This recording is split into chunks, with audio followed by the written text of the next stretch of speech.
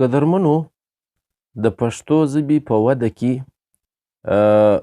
ډېر خلک خپل کردار لري، ډېر خلک خپل نوم لري.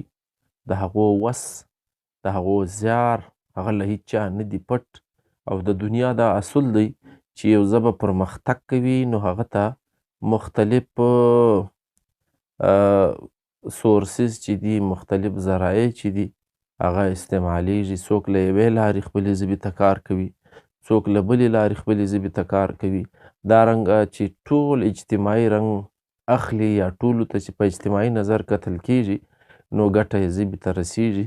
زموږ د ژبې ګټه هم دغه رنګه له تیرو کلونو څخه ډېر کلونه کیږي چې خلکو د دې دپاره خپل وس کړی دی.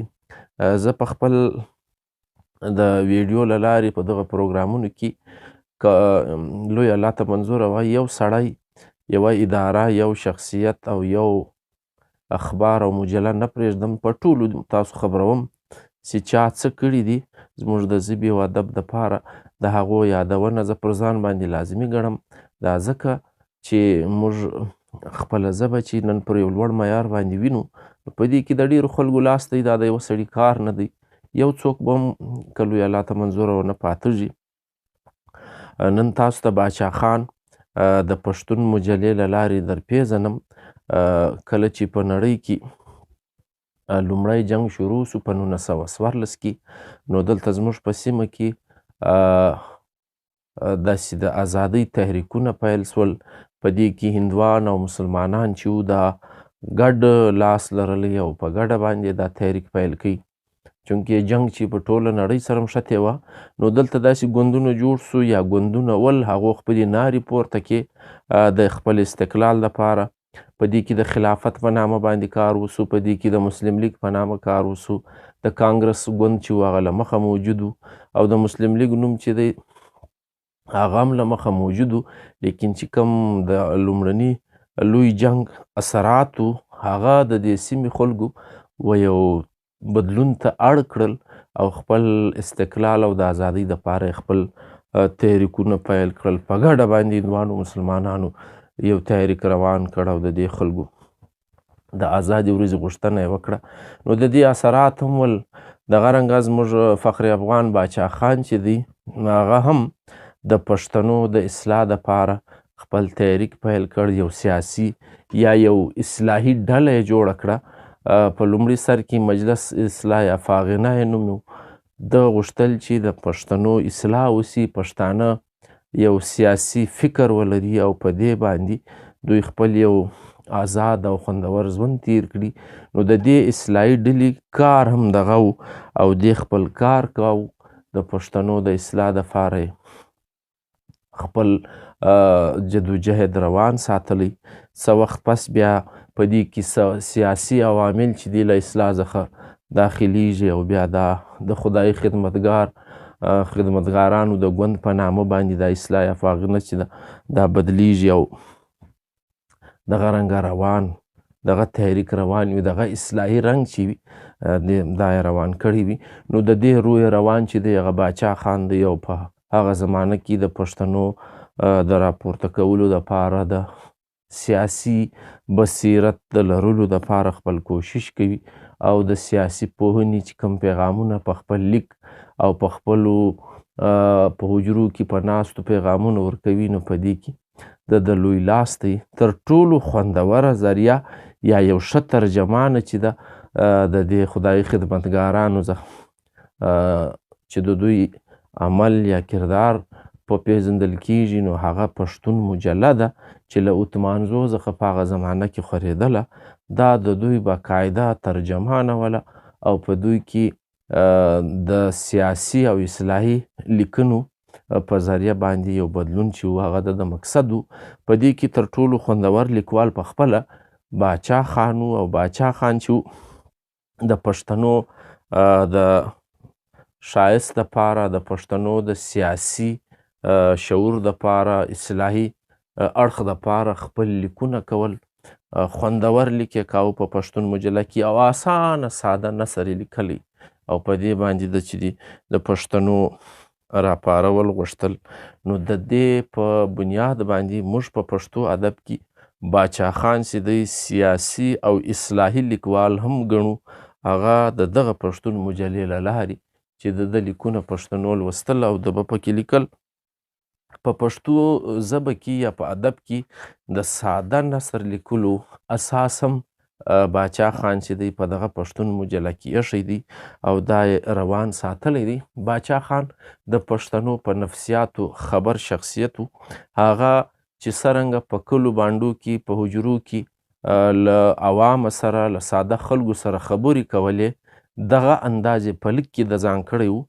د غوښتل چې دغه رنګه خلک چې دي په خپله ژبه باندې په اسانو تورو باندې پوه کړم، نو یې ځکه نثر چې دی هغه یې ساده او آسان ساتلی و.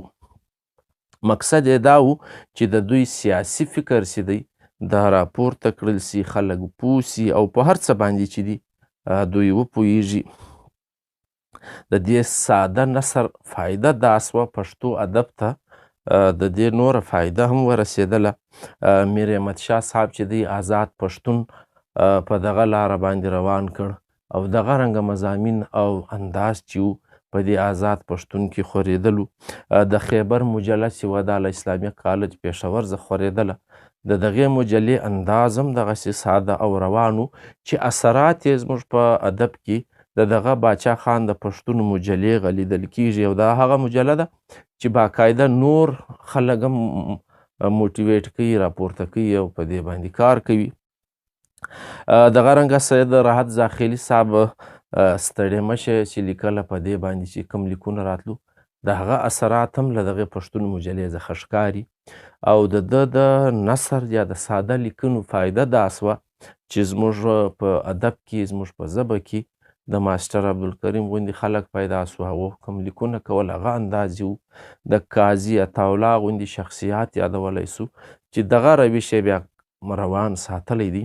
زه غواړم چې پر ماسټر عبدالکریم باندې له تاسو سره یو جلا پروګرام وکم، په قاضي عطاالله باندې جلا پروګرام وکم، نو انشاءالله د دوی شخصیتونه به هم رابرسېره کم. زاخیلي صاحب دی او د خیبر مجله ده او دغه رنګه آزاد پښتون دی، دا به ټول تاسو ته ښکاره کم.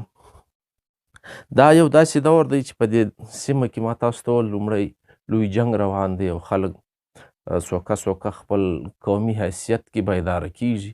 نو باچا خان په دې کې ډېر لوی کردار لري او په دې کې د ده مجله پښتون مجله چې ده هغه ډېر خوندور واقعیت نګاري کوي او د پښتنو اصلاح سیاسي فکر رالوړول غواړي او په دې کې دا مجله باچا خان بیخي ډېر بریالی سوی دی، کامیابه سوی دی او هر څه چې دي هغه یې ښکاره کړي دي. د لیکوال په توګه باچا خان چې دی شاعر نه دی، یو داسې خیال فرست لیکوال نه دی، یو ساده نثر لیکونکی دی، ریالیست ورته ویلی سو. نو په هغه انداز باندې چې دی کم لیک کوي هغه په پښتنو باندې تر نورو خبرو ډېر زیات زر اثر کوي. داسې به ورته وایي لکه سر سید احمد خان چې په تهذیب الاخلاق کې خپل مضامین لیکل، هم یې ژبه ساده روانه ساتلې وه، هم یې نثر روان ساتلی و. دغه انداز د باچا خان د پښتون مجلې دی او پښتو ژبې ته سادګي او په رواني باندې چې کوم نثر راوړی دی دا واقعي هم ډېر خوندور دی. که زه له تاسو سره د باچا خان د نثر یو مخ شیر کړم نو تاسو ته به اندازه وسي چې په پښتون مجله کې واقعي هم ډېر کار سوی دی، ډېر حیثیت یې درلودلی دی. تر دې له مخه به زه تاسو دا وایم چې کله د خپله مجله خوروله نو په دې کې چې هغه د جیل شپې دي یا د قید شپې دي، زه په جیل خانه کې دغه کستوار لیکنې چې کوي د دې هم ډېر اثرات و په پښتنو باندې، د دې ډېر تاثر چې دی راغلی و. دا د واقعیت نګارۍ د ده د لیک ښه مثالونه موږ ورته ویلی سو. که د ده نثر له تاسو سره دلته شیر کوم نو دی وایي اکثره خلک په دې پوه دي د حکومت داسې مدخوانان اوس هم شته چې انګریزانو ته عادلان او رحم دلان وایي. انګریزانو ته زه د داسې ورونو د سترګو پرانستلو دپاره یوه تازه واقعه لیکم. په هغه زمانه کې چې کومه واقعه کېږي تاسو غوږ پر ونیسئ، یو تفصیل هم نه غواړي. تقریبا 2 میاشتې به کېږي چې یوې سرکاري لارۍ چې په هغې کې د پولیسو کپتان، د سپایانو او یوه تحصیلدار سره سپور و، دې لارۍ بالاماڼۍ سره زموږ یو پښتنه خور په ګاډۍ وواله او فی الحال مړه سوه. وایي چې د دغې لارې د ډریور نه ډېرو خلکو اورېدلي دي چې ویلې ما خو لارۍ تیزه نه وهله مګر د پولیسو کپتان او تحصیلدار زه مجبوره کړم او ده ویل چې تیز یې بیا یې پروا مه کوه که څوک ترې لاندې راشي. دا د انګریز فکر و زموږ په سیمه کې.